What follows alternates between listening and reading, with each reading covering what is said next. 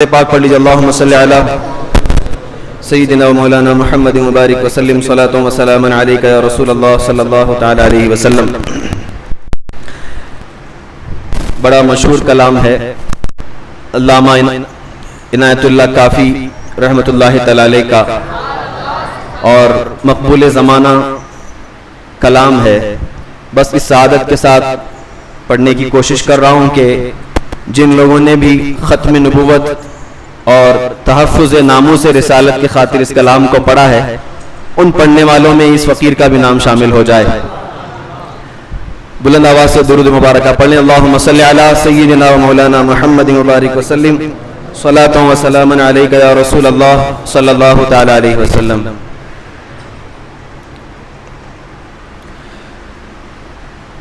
کوئی گل باقی رہے گا نہ چمن رہ جائے گا، کوئی گل باقی رہے گا نہ چمن رہ جائے گا، پر رسول اللہ کا دین حسن رہ جائے گا، پر رسول اللہ کا دین حسن رہ جائے گا، اور اطلس و کم خواب کے پوشاک پہ نازاں نہ ہو تم، اطلس و کم خواب کی پوشاک پہ نازاں نہ ہو تم، اس تنے بے جان پر خاکی کفن رہ جائے گا، اس تنے بے جان پر خاکی کفن رہ جائے گا، پر رسول اللہ کا دین حسن رہ جائے گا، اور نام شاہان جہاں مٹ جائیں گے، لیکن یہاں نام شاہان جہاں مٹ جائیں گے، لیکن یہاں حشر تک نام و نشانے پنجتن رہ جائے گا، حشر تک نام و نشانے پنجتن رہ جائے گا، اور جو پڑھے گا صاحب لولاک کے اوپر درود، جو پڑھے گا خود صاحب لولاک کے اوپر درود، آگ سے محفوظ اس کا تن بدن رہ جائے گا، آگ سے محفوظ اس کا تن بدن رہ جائے گا، اور سب فنا ہو جائیں گے کافی ولیکن حشر تک سب فنا ہو جائیں گے کافی ولیکن حشر تک نعت حضرت کا زبانوں پر سخن رہ جائے گا، نعت حضرت کا زبانوں پر سخن رہ جائے گا، پر رسول اللہ کا دین حسن رہ جائے گا، کوئی گل باقی رہے گا نہ چمن رہ جائے گا، پر رسول اللہ کا دین حسن رہ جائے گا۔ السلام علیکم ورحمۃ اللہ وبرکاتہ۔ الحمد للہ الحنان المنان الذي خلق الانسان وعلمه البيان، والصلاة والسلام على رسوله سيد الانس والجان وعلى آله واصحابه ذوي الخير والاحسان، اما بعد، فاعوذ بالله من الشيطان الرجيم، بسم الله الرحمن الرحيم، لن تنالوا البر حتى تنفقوا مما تحبون، صدق الله مولانا العظيم، وبلغنا رسوله النبي الأمين المتين المختار، ونحن على ذلك من الشاهدين والشاكرين والحمد لله رب العالمين۔ بارگاہ رسالت معاب صلی اللہ علیہ وسلم میں درود پاک کا ہدیہ پیش کریں۔ اللہم صلی علی سیدنا و مولانا محمد معدن الجود والکرم وآلہ واصحابہ الکرام وابنہ الکریم وبارک وسلم صلاۃ دائمۃ سرمدا ابدا۔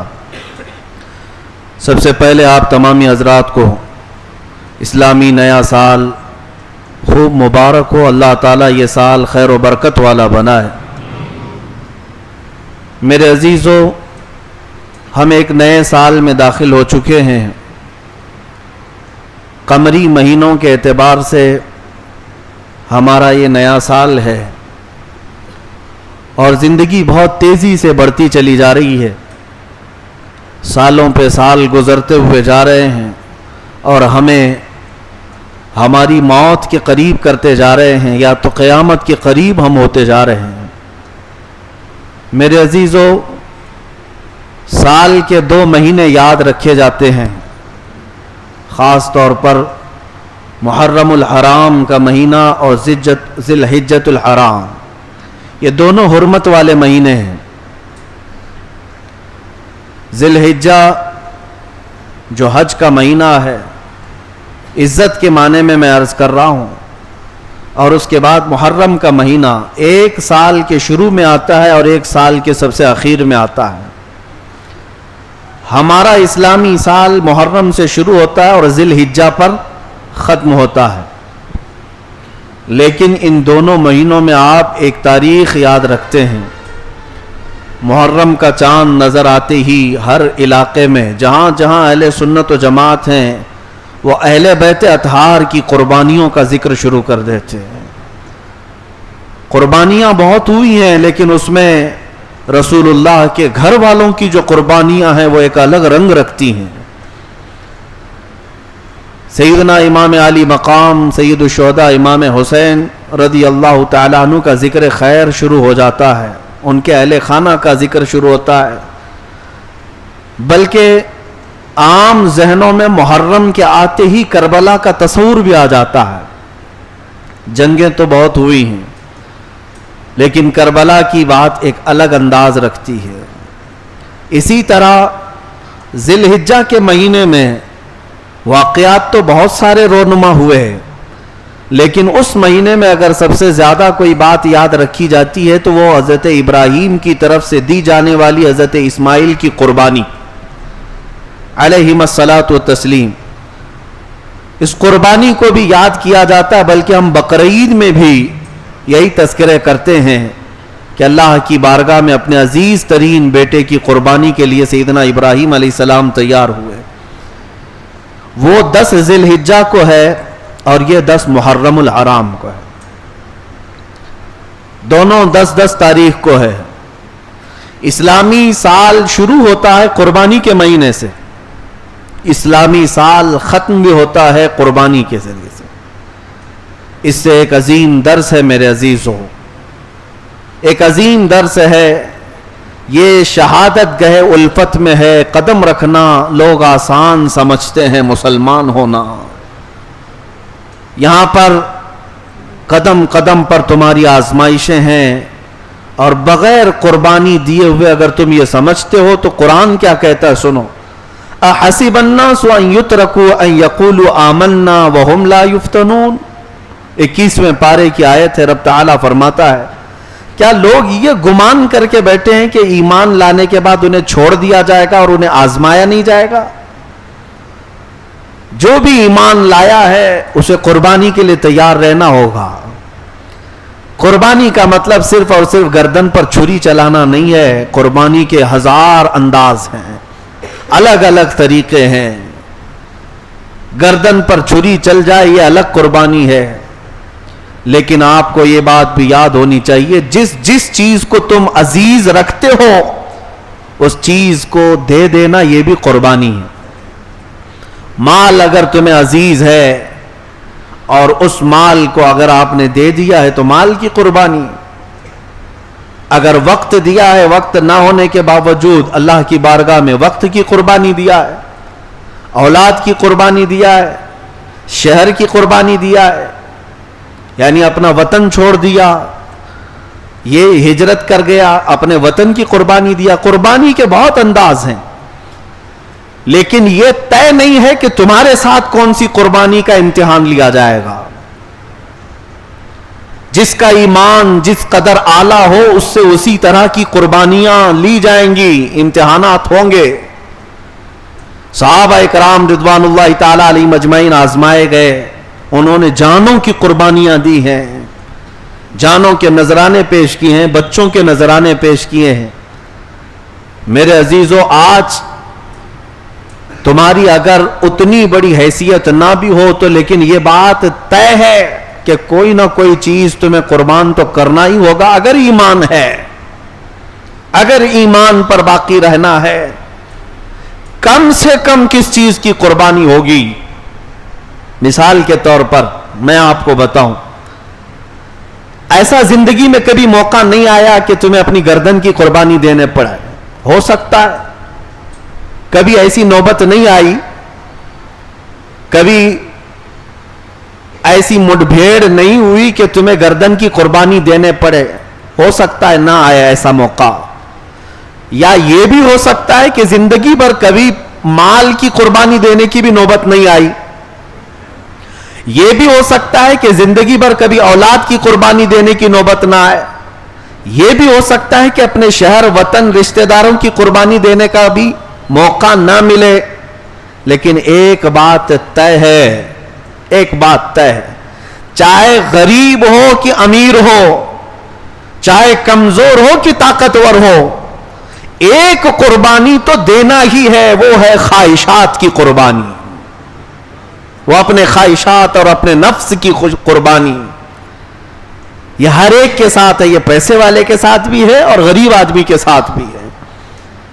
اور اسی لیے رسول کریم صلی اللہ تعالی علیہ وسلم نے اس قربانی کو بڑا جہاد فرمایا کہ جو اپنے نفس کی قربانی دے دے اس نے بڑا جہاد کیا ہے. اور گردن کی قربانی دینے والا وہ جہاد اصغر میں شریک ہوا.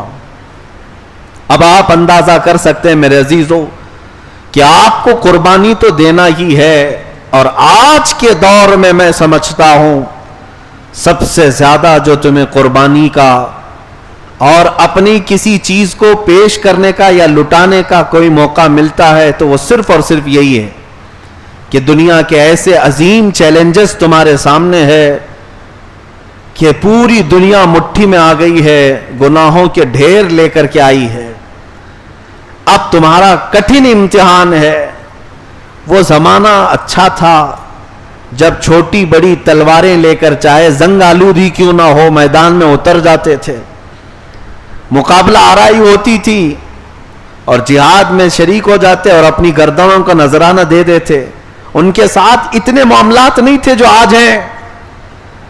لیکن آج کے زمانے میں نہ تلواروں کی نہ چاقو چھری کی یہ جنگیں نہیں ہیں.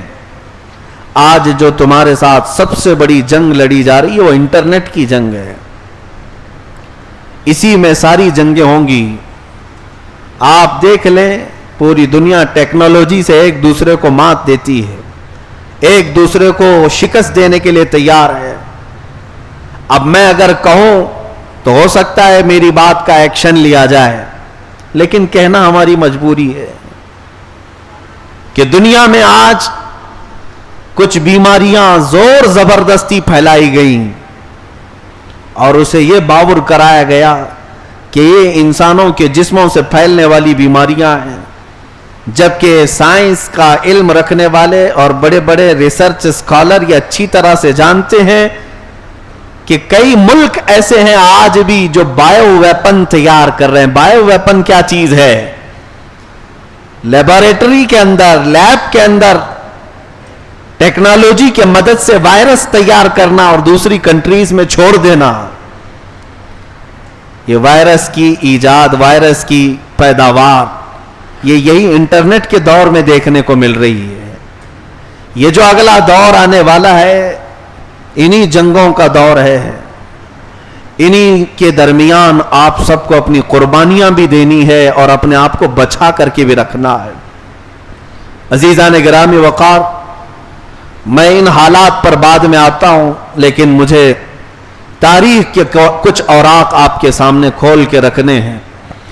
جس اسلام کو آج آپ اپنے گلے سے اور سینے سے لگا کر رکھتے ہیں, یہ اسلام اتنی آسانی سے تمہاری مسجدوں میں نہیں آیا ہے. یہ اسلام تمہارے گلی کوچوں میں آج اتنی آسانی سے نہیں آیا ہے. تم اگر یہ سمجھتے ہو کہ پھولوں کی سیج پر سج کر یہ ہمارے گھر تک آیا ہے تو تمہاری خام خیالی ہے. یہ ہم تک اگر پہنچا ہے اس کے لیے کئی قربانیاں, کئی لوگوں کے خون اس میں گئے ہیں, تمہیں اندازہ بھی نہیں ہے میرے عزیزو. اس بات کا المیہ تو ہے, اس بات کی تکلیف بھی ہے مجھے کہ ہمارے بچے ہماری تاریخ سے واقف نہیں اور پڑھتے بھی نہیں, پڑھنا بھی نہیں چاہتے. ان قربانیوں کا جب میں ذکر کرتا ہوں تو رونگٹے کھڑے ہو جاتے ہیں. سلطان محمود غزنوی کی بات ہے کہ جب ایک قلعے کو فتح کرنے کے لیے وہ اپنے بہت ہی طاقتور ہاتھیوں سے اس قلعے کے پھاٹک کو ٹکر دے رہے تھے. فوج بھی تھی لیکن قلعے کے پھاٹک پر بہت نوکیلے کیل چبھے ہوئے لگے ہوئے تھے. جیسے ہی ہاتھی ٹکر مارنے کے لیے آتے, ہاتھیوں کی سونڈ پر یا ان کے سروں پر وہ کیل دھس جاتے اور ہاتھی درد سے کراہتے ہوئے پیچھے ہٹ جاتے.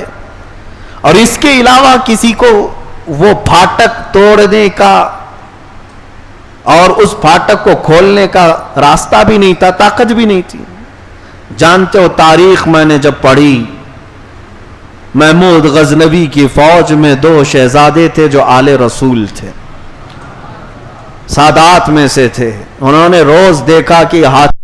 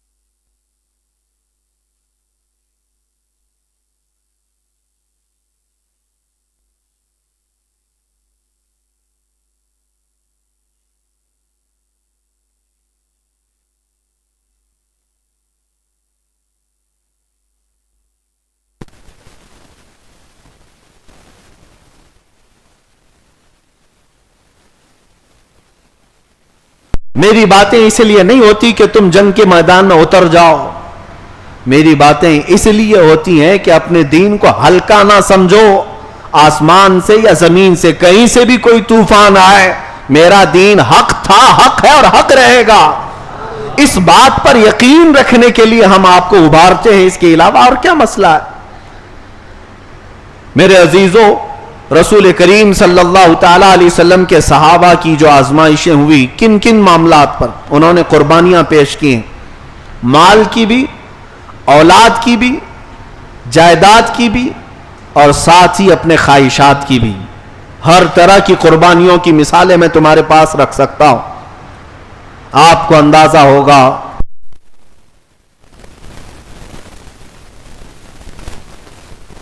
تو یہ ہجرت عام بات نہیں ہوتی. آج اگر آپ کو اپنے آبائی وطن چھوڑنے کے لیے کہہ دیا جائے تو جہاں پیدا ہوئے، جہاں پلے بڑے، جہاں جوان ہوئے، جہاں تمہارے رشتہ دار ہیں، جہاں تمہارے دوست و احباب ہیں، اس وطن کو اچانک چھوڑ کر ایک نئی جگہ پر جا کر بسنا عام بات نہیں ہے.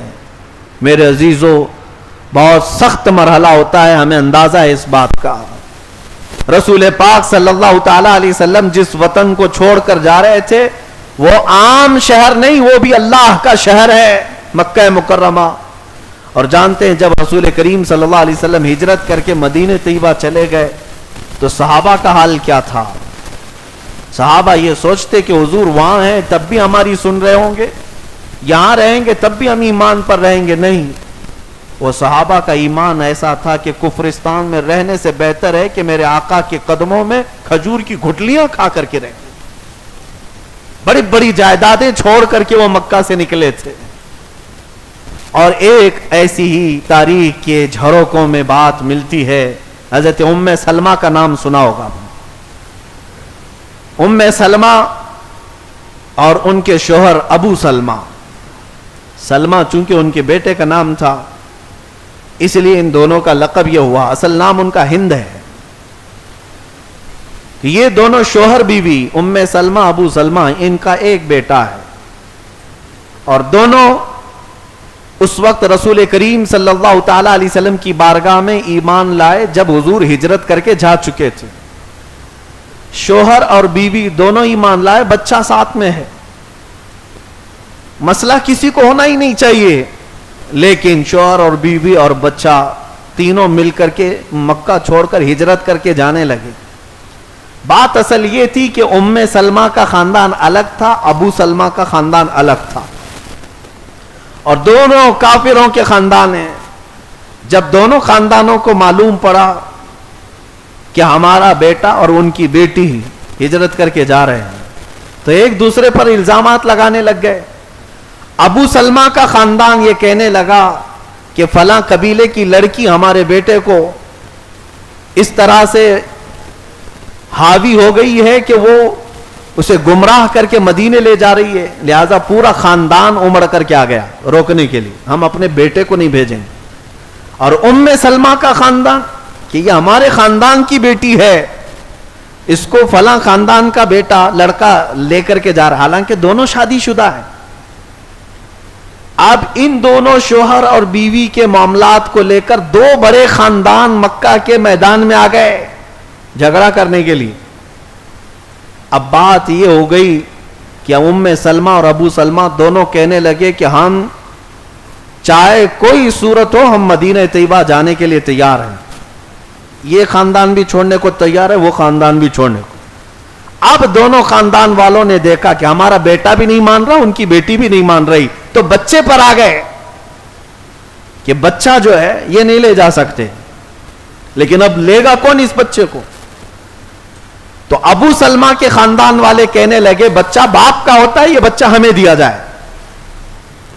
ام سلمہ کے خاندان، یہ کفار و مشرکین جو عرب کے تھے مکہ کے، یہ ہمیشہ نخوت میں، گھمنڈ اور تکبر میں مبتلا زیادہ رہا کرتے تھے، ہار ماننا ان کی عادت نہیں تھی. ام سلمہ کے خاندان والے کہنے لگے نہیں، بچہ ماں کا ہوتا ہے. 1.5 سال کا بچہ دودھ پیتا ہوا، اس کے لیے لڑنے لگے کہ ماں کا ہوتا ہے ہمیں دیا جائے. دونوں خاندان بچے کو لے کر کے لڑنے لگ گئے. اور اس کے بعد ہوا یہ کہ بچے کو اٹھایا. ابو سلمہ کے خاندان والا بھی، ام سلمہ کے خاندان والوں نے بھی اس بچے کو اتنا کھینچا کہ دونوں بچے کے ہاتھ نکل کر کے باہر آئے. خاندان والوں نے بچے کے ہاتھ اکھیڑ لیے ماں اور باپ کے سامنے. ام سلمہ کس کا نام ہے میں آج آپ کو بتاؤں. کون ہے یہ خاتون؟ اس خاتون کے سامنے 1.5 سالہ دودھ پیتا بچہ، دونوں ہاتھ جب خاندان والوں نے اکھیڑ لیے تو بچے کی کیفیت کیا ہوگی؟ ماں بلک گئی لیکن کوئی تیار نہیں ہے. اس کے باوجود بھی خاندان اس بچے پر ٹوٹ پڑے کہ بچہ ہمیں دیا جائے، ہمیں دیا جائے. چند منٹوں کے بعد دیکھا گیا تو بچے نے دم توڑ دیا. جگہ پر بچے کا انتقال ہوا. اور اس کے بعد ام سلمہ کیا کرتی سوائے اس کے کہ اپنے بچے کا غم کھائے. میرے عزیزو یہ لمحہ کیسا ہوتا ہوگا تصور کر سکتے ہو ذرا؟ جس ماں کے سامنے اس کے 1.5 سالہ بچے کے دونوں ہاتھ اکھیڑ دیے جائیں اور پھر اسے مار دیا جائے، بچہ مر جائے، ماں کی کیفیت کیا ہوتی ہوگی؟ ابھی چند گھنٹے نہیں گزرے ہوں گے، رحم آیا. ام سلمہ کے خاندان والوں کو کہا بیٹی ہے تو ہماری بیٹی، بچہ مر گیا، چل واپس اپنے گھر. قربان جاؤ ام سلمہ پر. کہتی اب میرا کوئی خاندان نہیں سوائے رسول اللہ کے. میں اگر جاؤں گی تو مدینہ طیبہ جاؤں گی میرے رسول صلی اللہ علیہ وسلم کے قدموں میں. اس بات پر جب وہ سوار ہوئی تو میرے عزیزو حالات ایسے پیش آئے کہ ان کے شوہر جو ابو سلمہ تھے ان کو بھی گرا کر ختم کر دیا. شوہر کا بھی انتقال. تنہا عورت باقی رہ گئی، نہ اس خاندان والا اب لینے کو تیار، نہ اپنا خاندان. بچہ بھی گیا، شوہر بھی گیا، لیکن ہار ماننے کو تیار نہیں. وہ کیسی صحابیہ تھی. وہ تنہا سفر کرتی کرتی کرتی مدینے کے قریب آ گئی. ایک صحابی ملے، ان سے کہا. وہ صحابی ان کی حالت کو دیکھ کر کے رونے لگے. مکہ سے ایک تنہا عورت سفر کر کے آ رہی ہے. جب اس نے اپنے دکھڑے سنائے، اپنے بچے کا غم، تو رو پڑے. کہا رسول اللہ کے لیے تو سب کو چھوڑ آئی؟ کہا ہاں، بس ایک بار اس چاند جیسے چہرے کو دیکھنا، بس مجھے زندگی مدینہ طیبہ میں گزارنی. وہ تو آئی تھی، مدینے میں ایک جھونپڑی مل جائے میں یہی رہ جاؤں گی. وہ صحابی لے کر میرے آقا کی بارگاہ میں پہنچے. کہا یا رسول اللہ یہ ام سلمہ فلاں خاندان کی بیٹی ہے، اس کا شوہر فلاں خاندان کا، اور اس کے ساتھ یہ معاملہ پیش آیا. حضور نے پوچھا کیا ہوا؟ جب ام سلمہ بتانے لگی میرا 1.5 سالہ شیرخوار بچہ، دودھ پیتا بچہ میرے سامنے، دونوں ہاتھ کھینچ لیے خاندانوں نے اور مار دیا. مجھے اس کا غم تھا، میرے گھر چھوٹنے کا غم تھا، ساتھ ہی راستے میں میرے شوہر کے انتقال کا غم تھا، لیکن یا رسول اللہ یہاں پہنچ کر کے سارے غم دور ہو. میں آپ کے دربار میں آئی، میرے مصطفیٰ کریم صلی اللہ علیہ وسلم نے ام سلمہ کو کوئی جھونپڑی نہیں دی، کوئی مکان نہیں، بلکہ ارشاد فرمایا ام سلمہ سے اللہ کا رسول نکاح فرماتا. حضور اکرم صلی اللہ تعالی علیہ وسلم نے اس بیوہ خاتون ام سلمہ سے نکاح کیا اور قیامت تک آنے والے کروڑوں مسلمانوں کی انہیں ماں بنا دی. وہ ام المومنین حضرت ام سلمہ رضی اللہ تعالیٰ. میرے عزیزو ازواج مطہرات کی بات آئے تو میں ہر زوجہ کے بارے میں یہ بتا سکتا ہوں کہ میرے آقا نے کیوں نکاح کیا.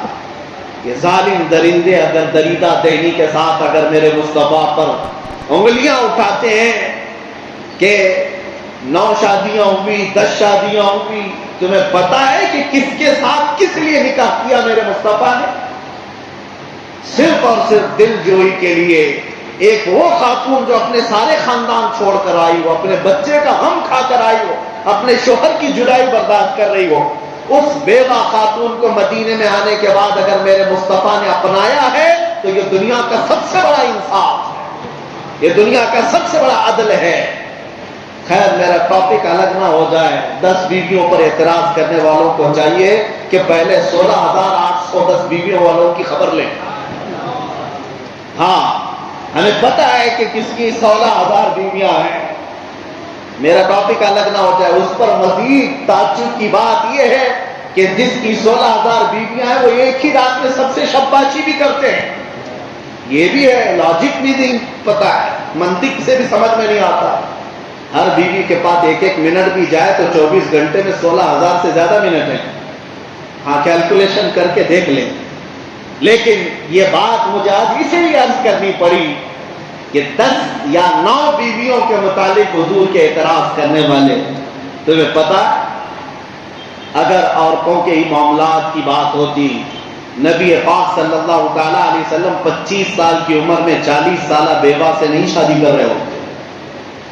40 سالہ بیوہ سیدہ خدیجہ سے نکاح کیا، اور ایسا بھی نہیں کہ نکاح کر کے سال 2 سال کے بعد پھر دوسری بیویوں سے، بلکہ 25 سال تک صرف حضرت خدیجہ کے ساتھ حضور پاک نے ازدواجی زندگی گزاری۔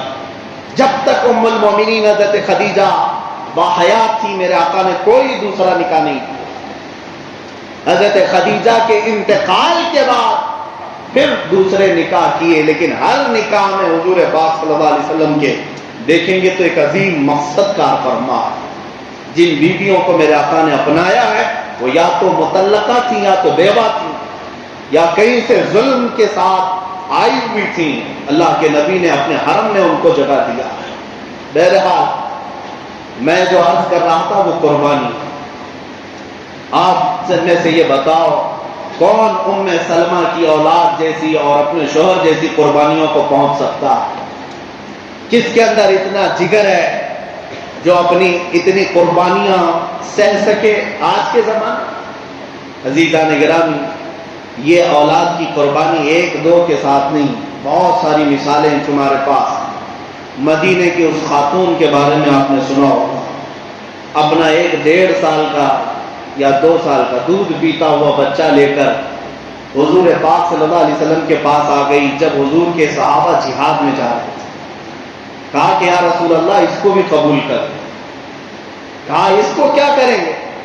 وہ رونے لگی کہ مدینے کی ہر خاتون جس کے جوان بیٹے ہیں وہ سب آپ کے ساتھ بھیج چکی، کسی کا شوہر، کسی کا بھائی، کسی کا بیٹا آپ کے ساتھ ہے، میرے پاس کچھ نہیں سوائے اس بیٹے کے، میرا شوہر شہید ہو چکا ہے، بس یہ بیٹا میرے پاس ہے، اس کو لے آئی ہوں کہ کم سے کم یا رسول اللہ اس کو آپ قبول کر لیں، اس کا کیا ہوگا؟ وہ خاتون کہتی ہے میں جانتی ہوں میرا بیٹا تیر اور تلوار نہیں چلا سکتا، لیکن آپ مجاہد صحابہ کے ہاتھ میں دے دیں، جب دشمنوں کی طرف سے تیر چلے تو میرا بچہ ڈھال کے کام آ سکتا ہے،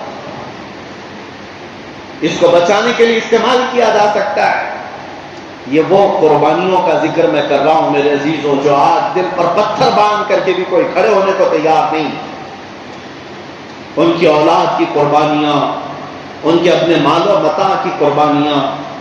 سیدنا ابوبکر صدیق رضی اللہ تعالیٰ عنہ جس طرح مال کی قربانیاں دی، حضرت عثمان غنی نے جس طرح مال کی قربانیاں دی، آج اگر آپ کے پاس حساب کرنے کا انداز ہے تو میں آپ کو بتاتا ہوں، صرف جنگ تبوک کے موقع پر حضرت عثمان غنی رضی اللہ تعالیٰ عنہ کا جو خیرات شدہ مال ہے، توجہ چاہتا ہوں، حضور پاک صلی اللہ علیہ وسلم نے جب رغبت دلائی تھی کہ کوئی ہے جو اللہ کی راہ میں دے، تو حضرت عثمان غنی کھڑے ہوئے 1000 اونٹ ساز و سامان کے ساتھ۔ پھر حضور پاک نے دوبارہ کہا تو پھر انہوں نے 1000 اونٹ ساز و سامان کے ساتھ۔ پھر حضور نے پوچھا اور کوئی ہے، تو تیسری بات بھی حضرت عثمان غنی 1000 اونٹ ساز و سامان کے ساتھ۔ آپ نے روایت سنی ہوگی، لیکن آج میں یہ بتا دوں، اس کا آج کے زمانے میں اگر حساب کیا جائے کتنا انہوں نے ایک دن میں خیرات کیا تھا، تو تقریباً 120 کروڑ کی مالیت ہوتی ہے۔ 1 ارب 20 کروڑ کی مالیت تقریباً، جو انہوں نے ایک بار میرے مصطفیٰ کے فرمان پر قربان کیا تھا۔ میرے عزیزو، 1000 روپے کی چٹھی دے کر کے لوگ ایڈورٹائز کرتے ہیں، مسجد میں 100 روپے کی نوٹ جھولی میں ڈالنا ہو تو 4 لوگوں کو دکھانا پڑتا ہے کہ ہم نے بھی دیا، لیکن وہ رسول اللہ کے جانثار صحابی جنہوں نے ایک بار میرے مصطفیٰ کریم صلی اللہ علیہ وسلم کے حکم پر کروڑوں، آج کتنے دان کرنے والے ہوں گے، لیکن لا کر کے دکھاؤ حضرت عثمان غنی کی طرح ایک وقت میں میرے آقا صلی اللہ علیہ وسلم کی ایک زبان پر اس طرح سے دی ہو۔ ابھی میں آپ کو بتاؤں، حج کے سفر میں مدینہ طیبہ کے دوران میں گزر رہا تھا، حضور کی مسجد نبوی کے قریب میں ہی جو بڑی بڑی عمارتیں بنی ہوئی ہوٹل، 14 منزلیں، ان ہوٹلوں میں آج حجاج قیام کرتے ہیں، لیکن میں آپ کو بات یہ بتا رہا ہوں، جانا تو شاید آپ کو بھی نظر آ جائے۔ باب السلام سے نکلنے کے بعد تھوڑے سے آگے کے بعد ایک بہت ہی بلند و بالا ہوٹل ہے جس میں حجاج قیام کرتے ہیں، 14 منزلے کی کافی بڑی عمارت ہے۔ ہوٹل کا نام ہے وقف عثمان ابن عفان۔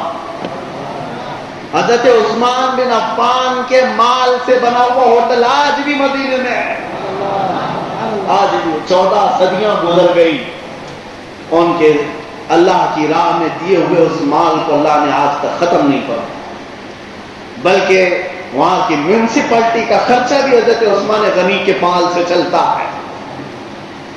عزیزان گرامی، یہ مال کی قربانیاں تھیں۔ رسول کریم صلی اللہ تعالی علیہ وسلم نے جس کو جس چیز کے لیے حکم فرمایا وہ کرے۔ اب جو بات آتی ہے وہ اپنے خواہشات کی قربانی۔ مال دے دینا کبھی آسان ہوتا ہے، جان دے دینا کبھی آسان ہو جاتا ہے، لیکن اپنی خواہشات سے پیچھے ہٹنا ہے بہت مشکل ہو جاتا ہے۔ ہاں، میں یہ بات ریپیٹ کرتا ہوں، دہراتا ہوں آپ کے سامنے، خواہشات کی قربانیاں بہت ہی اہم ہوتی ہیں۔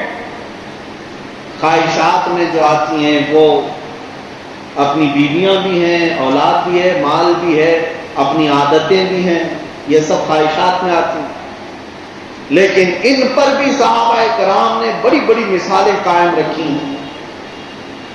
آپ نے سنا ہوگا ایک صحابی جن کو عبداللہ اسود کہا جاتا ہے اور تاریخ میں ان کا نام سعد بھی ہے، رضی اللہ تعالی حضرت سعد کالے تھے، جوان سے حضور کی بارگاہ میں آئے، کہا نکاح کرنے کی خواہش ہے لیکن کوئی بیٹی دیتا نہیں۔ نبی پاک صلی اللہ علیہ وسلم نے مدینے کے ایک انصار صحابی جو ابھی نئے اسلام میں آئے ہوئے تھے، ان کی بیٹی بڑی حسین تھی، خوبصورت تھی، حضور نے فرمایا جا ان کے گھر پیغام لے کر جا۔ یہ آئے، وہ مدینے کے جو صحابی تھے عمر ان کا نام، حضرت عمر ان کی بیٹی مدینے کی خوبصورت ترین لڑکیوں میں سے، وہ صحابی اور اپنی اہلیہ کے ساتھ بیٹھے تھے، اور یہ نوجوان جو کالے رنگ کے ہیں آئے، کہا کہ حضور پاک صلی اللہ علیہ وسلم نے بھیجا ہے۔ کہا کیوں بھیجا ہے؟ کہا سنا کہ آپ کے گھر میں جوان بیٹی ہے، میں نکاح کا پیغام لے آیا۔ تو صحابی نے اوپر سے نیچے ان کو دیکھا، شکل کالی ہے، ان کی بیٹی نہایت خوبصورت۔ میرے عزیزو، یہ امتحان کی گھڑی ہوتی ہے۔ کہا شوہر اور بیوی دیکھتے رہے، ایسا کیسے ہوگا ہماری اتنی خوبصورت بیٹی ان کے ساتھ نکاح کر دیں۔ میں آپ کو بتاتا ہوں، میچنگ ضروری ہے، آپ بھی کریں، میں اس کے خلاف نہیں جا رہا، لیکن یہ بات یہاں مسئلہ الگ ہے، یہاں مسئلہ الگ ہے۔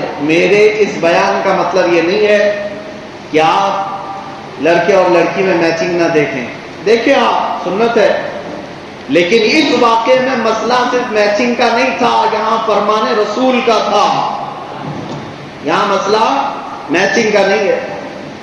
دونوں صحابہ، وہ صحابی اور صحابیہ اہلیہ دونوں دیکھتے ہیں اور ان سے کہتے ہیں اچھا حضور نے بھیجا ہے، ٹھیک ہے ہم دیکھ کر کے جواب دے دیں گے، آپ جائیے۔ اس صحابی کے لیے تعجب کی بات نہیں تھی، روز ریجیکٹ ہوتے تھے کہیں نہ کہیں، ان کے لیے تعجب کی بات نہیں تھی۔ کہا یہاں پر بھی وہی ہوا جو ہوتا ہے، وہ چلے گئے۔ لیکن اس واقعے میں جو سب سے اہم رول ہے اس شہزادی کا، جو خوبصورت ترین تھی، وہ گھر کے اندر بیٹھی سن رہی تھی۔ جب وہ کالے نوجوان چلے گئے،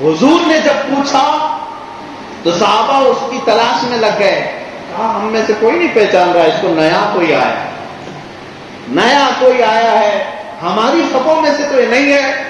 نبی پاک صلی اللہ علیہ وسلم نے مسکرا کر کے کہا اس کی کہنیاں دیکھو, یہ کالے کالے نہیں نظر آ رہے, یہ عبداللہ اسود,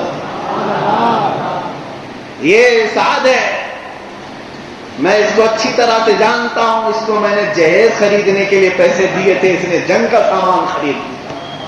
میرے عزیزوں, اللہ کے حبیب صلی اللہ تعالی علیہ وسلم نے مسکرایا, لیکن جنگ کا وقت کسی کے ساتھ بات کرنے کا بھی نہیں ہوتا. شام ہونے سے پہلے احد کے میدان میں پانسا پلٹ گیا تھا. آپ کو معلوم ہے تاریخ, مسلمانوں پر وہ جنگ بھاری ہو گئی تھی. اس طرح کے 70 صحابہ کی شہادت اس جنگ میں ہوئی. وہ جیتی ہوئی جنگ پھر سے شکست میں بدل گئی. اس جنگ میں جو عظیم عظیم صحابہ شہید ہوئے, شام کے وقت جب رسول کریم صلی اللہ علیہ وسلم میدان کا معائنہ کر رہے تھے تو ایک لاش عبداللہ اسود کی بھی پڑی, وہ زیرے کے ساتھ, وہ لوہے کا لباس پہنے ہوئے, ہاتھ میں تلوار پکڑے ہوئے زمین پر گرے ہوئے تھے اور ہر جگہ سے خون رس رہا تھا. لیکن قربان جاؤ, صحابہ کی بہت ساری لاشیں تھی, لیکن میرے آقا نے اس لاش کے پاس آ کر کے قریب مٹی میں نیچے حضور بیٹھ گئے, حضور میدان میں بیٹھ گئے, ان کے سر سے زرہ کو اتارا. صحابہ دیکھ رہے تھے, لوہے کی ٹوپی خود جس کو کہتے ہیں اس کو اتارا, اور جیسے ہی لوہے کی ٹوپی کو اتارا تو سبوں نے پہچان لیا یہ عبداللہ اسود. لیکن اس کے بعد اس صحابی کی قسمت دیکھیں, میرے آقا نے ان کا سر اپنی گود میں رکھ لیا, اور ان کے سر پر اور ان کے چہرے پر جتنی دھول لگی تھی میرے آقا نے اپنے ہاتھوں سے صاف کیا, خون کو پوچھا. اور اس کے بعد قرآن کی یہ آیت پڑھتے ہیں اللہ کے نبی صلی اللہ علیہ وسلم, من المؤمنین رجال صدقوا ما عاهدوا اللہ علیہ. صحابہ سے کہتے ہیں میرے آقا, اللہ قرآن میں فرماتا ہے مومنین میں کچھ ایسے بندے ہیں جنہوں نے اللہ سے کیا ہوا وعدہ پورا کر دیا, انہی میں سے میرا یہ صحابی. خواہشات کس کو کہتے ہیں؟ اے میرے عزیزو, شادی کرنے کی خواہش کس کی نہیں ہوتی؟ جہیز اور سجنے سورنے دولہا بننے کی خواہش کس کی نہیں ہوتی؟ لیکن خواہشات کی قربانیاں یہ بہت بڑی قربانیاں ہیں. اور اس کے بعد وہ زرہ, وہ خود, وہ تلوار, وہ گھوڑا, جنگ کے بعد جب مدینے لایا گیا رسول پاک صلی اللہ علیہ وسلم نے سب کو جمع کیا اور اس انصاری صحابی کی جو بیٹی تھی ان کو دیا اور کہا میں نے رات میں ان کا نکاح پڑھایا تھا, یہ اس کی وارث ہوئی. ایک رات بھی نہیں گزارے, شوہر بیوی تو ہو چکے تھے, نکاح ہوا تھا. یہ ان کی قربانیاں تھیں. انہوں نے ہر چیز پر اللہ کی رضا کو, رسول کی محبت کو مقدم رکھا. فرسٹ پرائیوریٹی حضور کی ذات ہے, اس کے بعد پھر ہماری خواہشات. اسی لیے اقبال نے کہا ہے آبروئے ماں زنام مصطفیٰ, آبروئے ماں زنام مصطفیٰ, ہم سب کی عزت و آبرو مصطفیٰ کے نام سے ہے. اور اسی کے بعد میں اپنی طرف سے یہ بات اکثر عرض کرتا ہوں, ہرچے دری دنیا باد مصطفیٰ, اور اس دنیا میں جو کچھ بھی ہے وہ میرے مصطفیٰ کے بعد, حضور کے بعد. جس دن آپ کو یہ بات سمجھ میں آ جائے گی تو آپ کو اندازہ بھی ہوگا کہ قربانی کہتے کسے. میرے عزیزو, اب میں آتا ہوں ان عظیم قربانیوں کی بات. دیکھیں, مالی قربانیاں بھی ہیں, جانی قربانیاں بھی ہیں, اولاد کی قربانیاں بھی ہیں, خواہشات کی قربانیاں بھی ہیں, ایک لمبی فہرست ہے. لیکن کچھ وہ لوگ ہیں جنہوں نے منصب کی قربانیاں بھی دی ہیں, جاہ و جلال کو بھی ٹھکرایا ہے. یہ وہ لوگ ہیں جن کو اللہ تعالیٰ نے تخت شاہی دیا لیکن انہوں نے ٹھوکر مار اور واپس آ گئے. یہ قربانی نہیں ہے تو اور کیا ہے؟ بلخ کے بادشاہ ابراہیم بن ادھم کو کون نہیں جانتا؟ سلسلہ چشتیہ کے اس عالی وقار بزرگ کا نام ہے جن کے نام کی برکت سے اللہ دعائیں قبول فرمائے. ابراہیم بن ادھم، یہ عام صرف فقیر اور درویش کا نام نہیں لے رہا، بلخ کے بادشاہ کا تخت بھی سجا رہتا، شاہانہ کر و فر بھی ہے، فوجی دستے بھی ہیں، کنیزائیں بھی ہیں، محل میں سب کچھ تھا عیش کے لیے. لیکن ایک بار ایسا دل میں خیال آیا کہ جو قلبی سکون مجھے چاہیے وہ یہ بستر پر نہیں مل رہا. کئی واقعات پیش آئے ان کے ساتھ، اور وہ اپنا شاہی دربار چھوڑ کر کے جب نکلے تھے، ایک گدڑی آپ کے جسم پر تھی اور اس پہ ٹاکے مارتے رہتے سوئی اور دھاگا لے کر.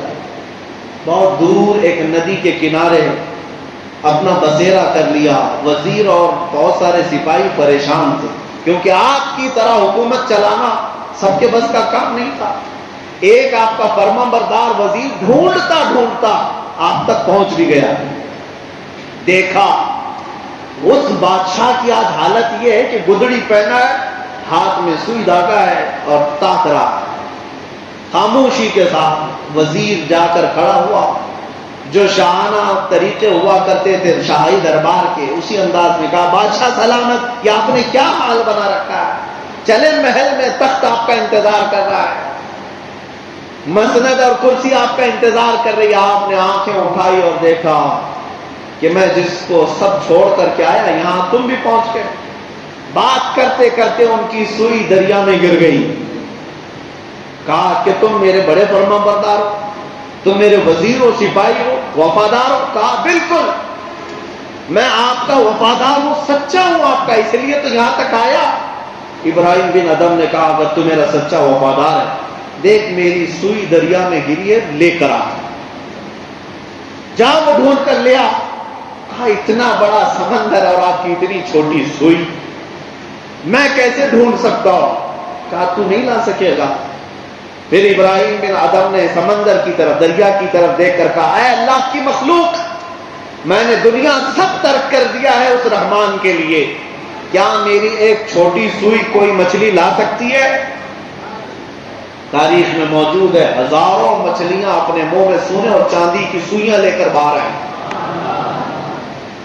ابراہیم بن ادھم نے سب کی طرف دیکھا اور کہا نہیں، میری وہی والی سوئی چاہیے جو میں اپنے گاؤں سے لے کر چلا تھا. مجھے یہ سونے اور چاندی کی سوئیوں کی کوئی ضرورت نہیں. ایک مچھلی کے منہ میں وہ ان کی پرانی والی سوئی تھی، وہ آپ نے اس کو نکال لی. میں آپ کو بتاتا ہوں. پھر ابراہیم بن ادھم نے اس وزیر کی طرف دیکھ کر کے کہا، دیکھ وہ تخت اچھا تھا کہ یہ تخت اچھا ہے. ہم نے اللہ کے لیے کسی چیز کو چھوڑا ہے تو رب تعالیٰ نے ساری مخلوق کو ہمارا تابع بنایا. قربانی دینے کے بعد یہ مت سمجھو کہ سب لٹ جائے گا، پلس ہو کر کے ملنا اللہ کی بارگاہ. اسی لیے کہا گیا ہے میرے عزیزو، قتل حسین اصل میں مرگ یزید ہے. اسلام زندہ ہوتا ہے ہر کربلا کے بعد. اس خون حسین کو رائے گاہ نہیں جانا ہے. کربلا کے میدان میں اگر قتل ہو گیا ہے تو قربانی بہت عظیم ہے، لیکن کیا سمجھتے ہو کہ وہاں پر قربانی کے بعد سب ختم ہو گیا؟ نہیں. تاریخ آج بھی ان کفار و مشرکین اور دشمنوں کو ہر محرم پر زناٹے دار تھپڑ مارتی ہے. دیکھو یزیدی، دیکھو تخت یزید پر بیٹھے ہوئے ظالم، آج دیکھ 1400 سال کے بعد بھی خون حسین آج کس طرح چمک رہا ہے. ہر علاقے سے حسین حسین کی آواز آج پھر بھی آتی ہے، لیکن ڈھونڈ کر کے دکھا کہ یزید کا بچہ یا یزید کا نام کسی گلی کوچے میں نظر آتا. اور پھر میں تو پریکٹیکل بتاؤں آپ کو، پریکٹیکل تاج اور تخت سب کچھ جس کے پاس تھا. دمشق کی سرزمین تخت تھی، اس یزید کا شاہانہ کرو پر تھا. صرف ایک حسین سے لڑنے کے لیے جس نے 22,000 کا لشکر بھیجا، سب کچھ تو وہاں تھا. لیکن آج جاؤ، آپ کو اگر میسر ہو تو ملک شام دمشق بھی چلے جانا، اور اللہ نے توفیق دی تو عراق کے کربلا میں بھی چلے جانا. دمشق جا کر کے، دمشق جا کر کے اچھے اچھوں سے پوچھ لینا. تاریخ میں ہم نے سنا ہے کہ امیر معاویہ کا بیٹا یزید نام کا ایک ظالم تھا، اور اس نے تخت بچھایا تھا. کہاں ہے اس کی قبر؟ شاید کچھ پرانے تاریخ جاننے والے لوگ آپ کو لے کر کے جائیں گے ایسی جگہ پر جہاں پورے دمشق کا کچرا پھینکا جاتا ہے، جہاں مرے ہوئے جانور ڈالے جاتے ہیں، جہاں پر آپ ناک بند کر کے کھڑے نہ ہو سکیں. اور پھر آؤ عراق کی سرزمین پر، اور پھر کسی بھی ایک مسلمان سے پوچھو، سنا ہے یہاں ایک میدان تھا کربلا کا، اور وہاں پر میرے رسول کی آل کے ٹکڑے ٹکڑے کر دیے گئے تھے. کیا وہ جسم ٹکڑے کرنے کے بعد بکھر گیا؟ نہیں، تمہیں ہر کوئی وہاں ہاتھ پکڑ کر کے لے جائے گا اور میدان میں ایسا کھڑا کرے گا میرے عزیزوں، جانے کے بعد پتہ چلے گا یہاں کوئی قتل، یہاں کوئی خون، یہاں کوئی ٹکڑا نہیں. 14 صدیوں کے بعد بھی آج ایک عظیم بادشاہ کے محل کی طرح حسین کا جھنڈا لہرا رہا ہے. قربانیاں دینے کے بعد رائے گاہ نہیں جاتی، ایک بات یاد رکھے. اور ان ظالموں کو بھی میں دعوت دیتا ہوں، تم اگر ہمارے خون کے پیاسے ہو تو لے لو یہ خون، اگر تم ہماری جان کے پیاسے ہو تو لے لو یہ جان. جس دن چاہتے ہو پھانسی پر چڑھنے کے لیے، ابھی آپ کے سامنے مولانا نعت پڑھ رہے تھے نظمی میاں رحمت اللہ علیہ کی، انہوں نے بھی یہ کہا ہے عشق گر جرم ہے تو سزا دی جائے. ہمارا جرم کیا ہے؟ حضور سے بے پناہ عشق کرتے ہیں، محبت کرتے ہیں، یہی تو درد ہے دنیا کو. میں یہی کہتا ہوں، دعوت دیتا ہوں، عشق گر جرم ہے تو سزا دی جائے، پر شرط یہ ہے کہ یہ در محبوب پر دی جائے. بس اتنی ہے خواہش، تو اتنی ہے. اور اگر آج کے زمانے میں میں کہوں حضور کے دربار پر اگر ہمیں موت کی سزا نہ بھی دی جائے تو یقین اتنا ہے کہ تم جس تختہ دار پر بھی چڑھاؤ گے، پھانسی کا پھندا تم بعد میں لگاؤ گے، چہرہ مصطفیٰ پہلے ہم دیکھیں گے، دیدار ہم کریں گے. اتنا یقین لے کر کے ہم چلتے ہیں. میرے عزیزوں، قربانیاں رائے گاہ نہیں جاتی، ضائع نہیں ہوتی. اتنی بات یاد رکھو، ڈرو نہ کسی بات سے، نہ تمہارے مال کی قربانی دینے سے گھٹتا ہے مال، کبھی نہیں. یہ یاد رکھو، اللہ کا وعدہ ہے، برحق ہے. تم اگر مال کی قربانی دیے ہو تو کبھی مال کم نہیں ہونا ہے، اور اگر جان کی قربانی دی ہے تو یہ بھی یاد رکھو کہ جان کی قربانی بہت سارے رنگ لے آتی ہے، بہت سارے رنگ لے آتی ہے. ایک بات کی طرف میں آپ کو لے چلتا ہوں، چلو کوئی قربانی کی بات نہیں، نہ مال کی نہ جان کی. بیٹھتے ہیں گھر میں، سارے کواڑ، سارے دروازے بند کر بیٹھتے ہیں، صرف پکائیں گے، کھائیں گے اور سوئیں گے. مجھے بتاؤ کب تک جئیں گے؟ 80 سال 90 سال؟ ارے زیادہ بیٹھو گے تو بڑی بیماریاں لگیں گی. زیادہ آرام سے رہنے والوں کو ہم نے بڑے بڑے بھیانک بیماریوں میں مبتلا دیکھا ہے، کہاں کہاں سے آتی ہیں پتہ ہی نہیں چلتا. اور اس کے بعد بھی تو مرنا ہی ہے. سارے دروازے بند رکھو، ساری کھڑکیاں بند رکھو، پورے جسم کو سینیٹائزر کر لو، ماسک بھی پہن لو، لیکن کوئی ماسک، کوئی سینیٹائزر، کوئی کھڑکی کا دروازہ ملک الموت کو نہیں روک سکتا. اتنی بات طے ہے، سب کو پتا ہے، ملک الموت کو کھڑکی اور دروازہ کھول کے آنے کی ضرورت نہیں پیش آتی. میرے عزیزوں، ماں کے پیٹ میں جو بچے زندہ ہیں، 9 مہینے سے پہلے اگر ان کے دنیا میں آنا نہ لکھا گیا ہو، ملک الموت پیٹ کے اندر سے بھی بچے کی روح نکالتے. کیا مرے ہوئے بچے نہیں پیدا ہوتے؟ اگر اس بچے کو دنیا میں زندہ رہنا نہ لکھا گیا ہو، وہ ماں کے پیٹ کے اندر سے بھی روح کو قبض کرتے ہیں. یہ تو کوئی مسئلہ نہیں. لیکن اب میں یہ بات عرض کر رہا ہوں، جب مرنا ہی ہے تو ایڑیاں رگڑ رگڑ کر کے مرنے سے تو بہتر ہے کہ اللہ اس کے رسول کا نام بلند کر کے دنیا سے جائے. اور تمنا یہ کیوں نہ رکھیں کہ اللہ تعالی ہمیں شہادت کی موت عطا فرمائے، شہادت کی موت عطا فرمائے. میرے عزیزوں، ہم 10 روزہ یہاں پر اجلاس کیا کرتے تھے، وہ تاریخ مجھے یاد ہے، اور وہ سما یقیناً وہ کولپیٹ اور مومن محلے کی ہی شان ہے جو یاد حسین سے بھر جاتا تھا. آج میں محرم کی ہی تاریخ ہے، لیکن صرف ایک دن کے لیے آپ کے ہاں حاضر آیا، کوئی زیادہ ٹینشن بھی نہ لے لیں ہبلی کے، اس لیے کہ بہت سارے ہمارے رشتہ دار وہ ٹینشن میں آ جاتے ہیں. 3 مہینے پہلے 1 مہینے کے لیے یہاں آ گیا تھا, اب محرم آ گیا تو پھر 10 دن کے لیے آ گیا ہو. نہیں, صرف آج 1 دن کے لیے آیا ہوں. یہ اس لیے بھی اعلان کر رہا ہوں کہ کمری پیٹ والے, انڈی پمپ والے سارے لوگ سکون سے رہے, کوئی ٹینشن نہ لے. لیکن آج 1 دن میں ہی یہ جو یاد حسین کی ایک جھلکی میں دے کر جانا چاہتا ہوں, تاکہ اگر موقع رہا, اللہ نے زندگی باقی رہی, تو عاشورہ کے دن اگر حاضری ہو گئی تو شہادت کی بات بھی ضرور عرض کروں گا انشاءاللہ. امام عالی مقام سید الشہداء کی قربانیوں کی بات کرتا ہوں. میں نے قربانی کے ٹاپک پر آپ سے کلام کیا آج.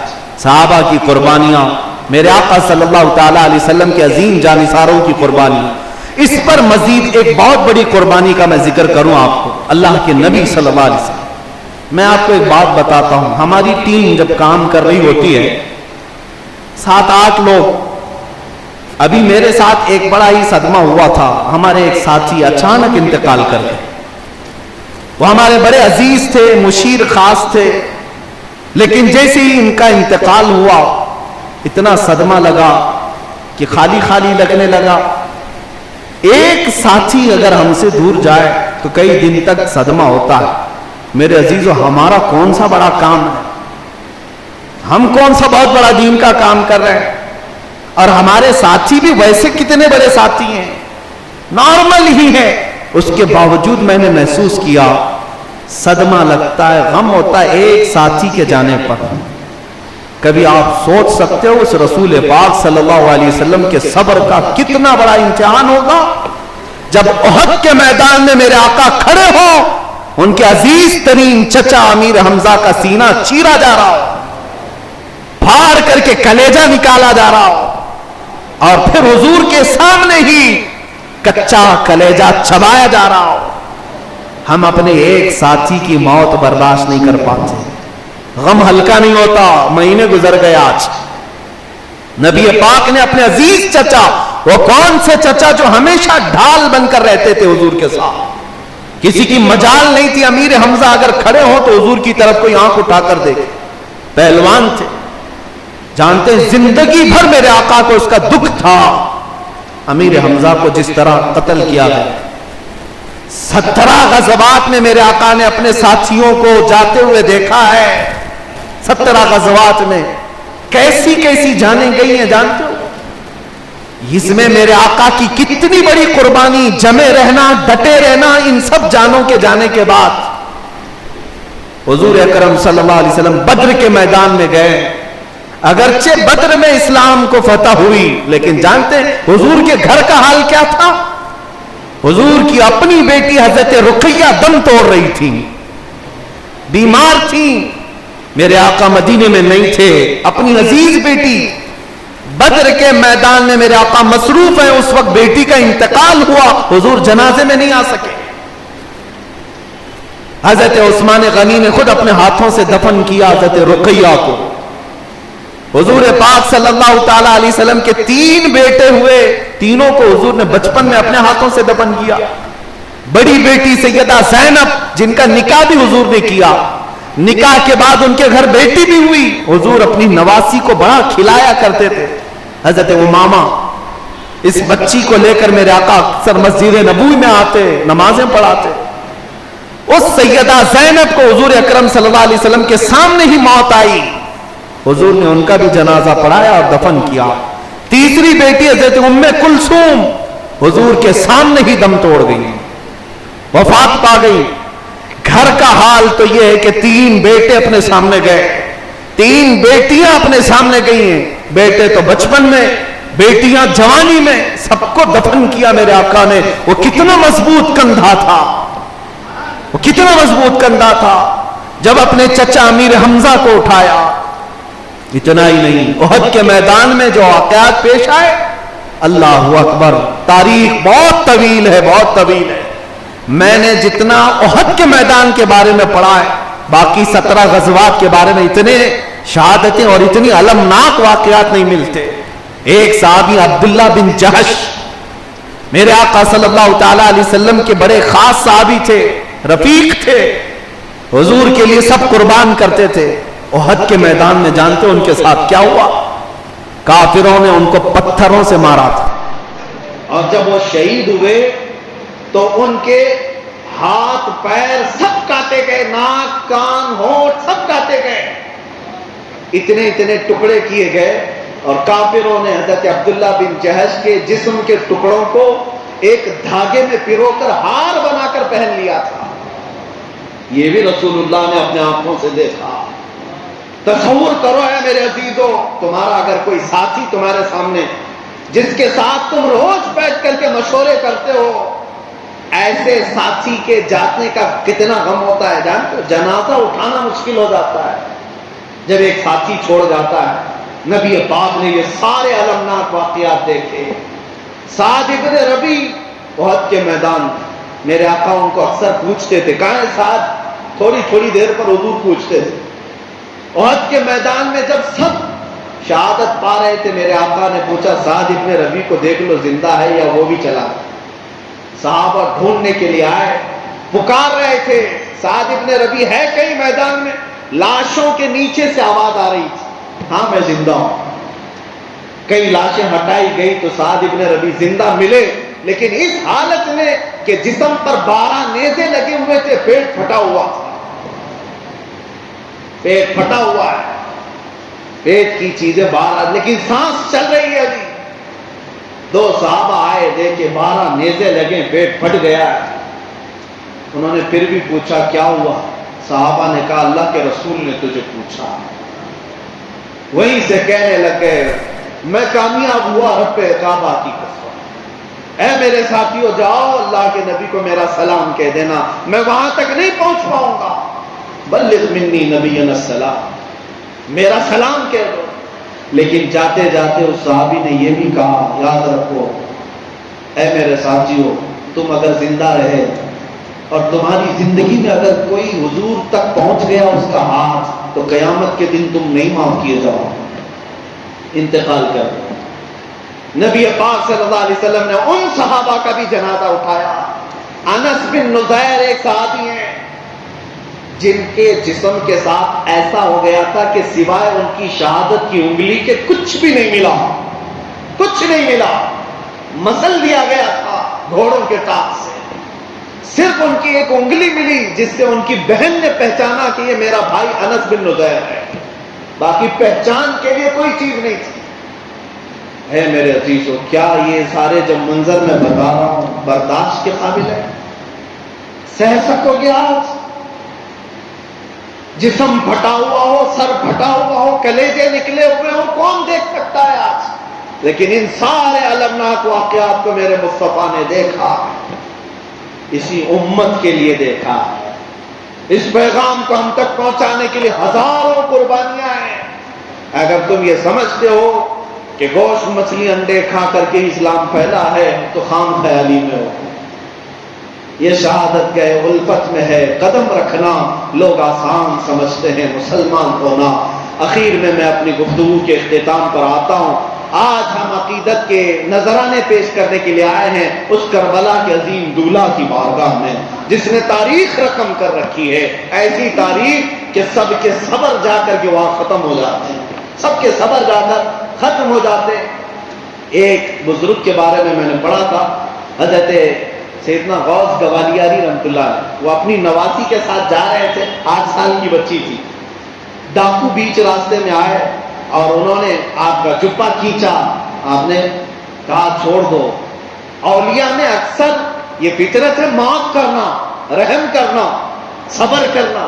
آپ نے کہا میں صبر کروں گا، ان کو کچھ نہیں کہوں۔ پھر تھوڑی دیر کے بعد ان ڈاکوؤں نے آپ پر دھول ڈالی، مٹی ڈالی، چھیڑ خانی کی۔ آپ نے کہا میں صبر کرتا ہوں، ان کو معاف کر۔ آگے بڑھتے رہے، لیکن وہ شریر گنڈے ایسے تھے، 8 سال کی بچی، ان کی نواسی ساتھ میں جا رہی تھی۔ ایک ڈاکو آیا، اس بچی کے کان میں جو بالیاں رہتی ہیں انگلی ڈال کر کھینچ دیا تو کان پھٹ گیا۔ چھوٹی بچی تھی، کان ہی تو پھٹا تھا، لیکن جلال اتنا آیا سیدنا غوث گوالیاری کو، آپ نے ان ظالموں کی طرف نظر اٹھائی، انگلی یوں اٹھائی، وہ ڈاکو اس طرح ہوا میں اچھلا کہ واپس آ کر زمین پر گر پڑا، اس کا بھیجا کھل گیا۔ مر گئے. ساتھ میں آپ کے ایک اور بزرگ تھے, انہوں نے پوچھا غوث گوالیاری سے, آپ تو کہہ رہے تھے آپ صبر کر رہے ہیں, آپ تو کہہ رہے تھے آپ معاف کر رہے ہیں. تب ان کی آنکھوں سے آنسو آئے, کہا سن لو ایک تاریخ بتا جاتا ہوں, اپنے بچوں کے درد پر صبر کرنا صرف حسین کا کام, وہاں کوئی نہیں پہنچ پائے گا. یہ سید الشہداء, ہم اپنی بچی کے کان پھٹنے کو برداشت نہیں کر پاتے, اس مولا حسین نے 6 ماہ کے علی اصغر کے گلے میں تیر چبھتے ہوئے بھی دیکھا ہے. پیاس کے لیے تڑپتا ہوا وہ بچہ جب حلق پر تیر چلا گیا ہو اور خون نکل کر کے باپ کے چہرے پر آتا ہو, کیا کیفیت ہو سکتی ہے سوچ سکتے ہو, تصور میں لا سکتے ہو؟ جب جوان بیٹے بار بار اجازت مانگ کر کے میدان میں جاتے ہو, چاہے وہ امام قاسم ہو چاہے وہ علی اکبر ہو, بھیجنے کے لیے کتنا بڑا دل چاہیے. پتا ہے کہ کس کے ساتھ مقابلہ ہے, میرا ایک جوان بیٹا ہے, لڑے گا تو سامنے ہزار لوگ آئیں گے, پتا ہے باپ کو, لیکن تقاضا یہی تھا کہ بھیجا, اور بھیجتے بھی تھے, دور بیٹھ کر دعائیں بھی کرتے تھے. لیکن جب جوان بیٹے آخری دم پر آ جاتے ہیں, تیروں سے زخمی ہو کر گرتے, تو اپنے باپ کو چاچا کو پکارتے. یہی 60 سالہ عمر میں حسین اعظم, یہی 55-56 سال کی عمر تھی اس وقت, جب جاتے اور کندھے پر اسی جوان کو اٹھا کر خیمے میں لاتے. کتنے لاشیں لائے آپ جانتے؟ حضرت عباس علمبردار کو اٹھایا, امام قاسم کو اٹھایا, علی اکبر کو اٹھایا, حبیب ابن مظاہر کو اٹھایا, مسلم بن اوسدہ اسدی کو اٹھایا, حر بن رباح کو اٹھایا. ایک دو نہیں, سب کو اٹھا کر تنہا لاتے تھے, خیمے کے پاس لائے. ایک بار اگر حادثہ ہو جاتا ہے نا کہیں, ایک گاڑی کسی میں ایکسیڈنٹ ہوتا, 2-3 لوگ ایک ساتھ مر جائے, پھر جنازے کا حال دیکھنا, شہر ٹوٹ پڑتا ہے. کیا ہوتا ہے کہ نہیں ہوتا؟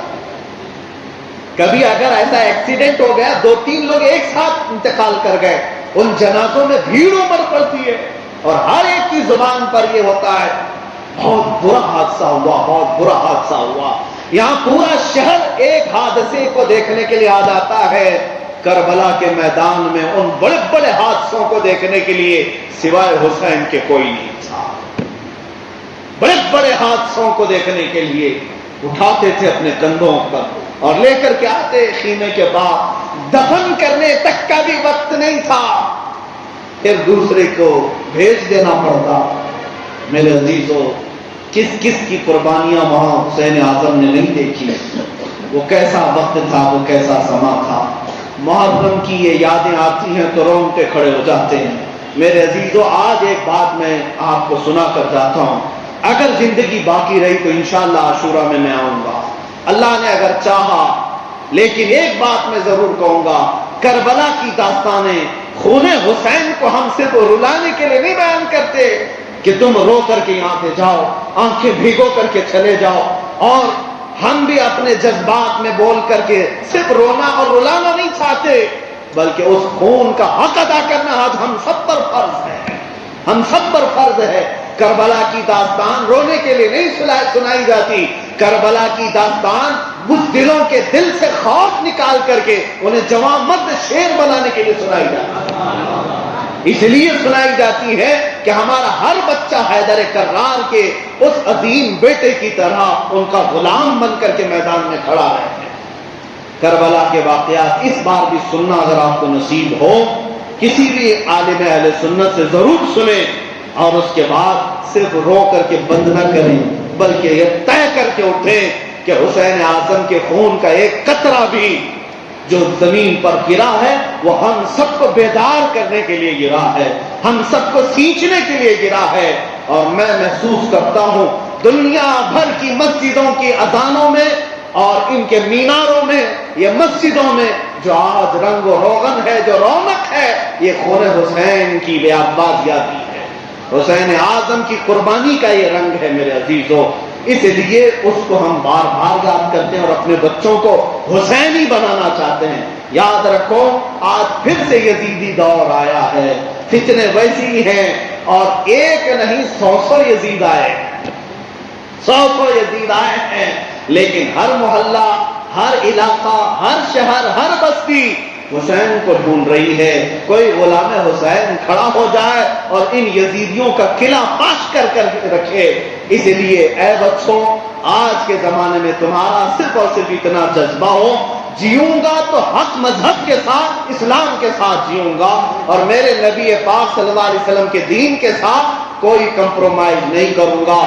حسین اعظم نے جس دین کو سینچنے کے لیے خون دیا ہے، اس دین کی آبیاری کے لیے میں اپنے خون کے آخری قطرے تک لڑتا رہوں گا انشاءاللہ، میں لڑتا رہوں گا انشاءاللہ۔ ظالموں کی طاقت، ظالموں کے تخت، ظالموں کے پیسے آج مجھے روک نہیں سکیں گے انشاءاللہ۔ میں بھی یہاں عہد کر کے اٹھتا ہوں اس بات کو لے کر کے، تمہاری حکومتیں ہوں گی بہت بڑی بڑی، تمہاری طاقتیں ہوں گی بہت بڑی بڑی، ہو سکتا ہے تمہارے پاس جال بچھا ہو، فوج کا، پولیس کا، ڈپارٹمنٹ کا، سب کچھ ہوگا۔ ہو سکتا ہے ہم فقیر ہیں، ہم کچھ نہیں عاری ہیں، لیکن اتنی بات ہمیں یقین کے ساتھ معلوم ہے کہ اگر خون کا قطرہ بھی ہمارا بہے گا تو وہ شعر یاد کر لینا، اسلام زندہ ہوتا ہے ہر کربلا کے بعد، اسلام زندہ ہوتا ہے ہر کربلا کے بعد۔ اگر کربلا کی تاریخ رقم کرنی پھر سے ضرورت پیش آئی تو اللہ گواہ رہے کہ مولا کریم ہمیں کوفہ والوں میں اور یزیدوں میں ہرگز نہ شمار کر، اگر ہمارے گھر میں آدھی روٹی بھی ہو مولا ہمیں حسین کی فوج میں شمار کرنا۔ وآخر دعوانا الحمدللہ رب العالمین۔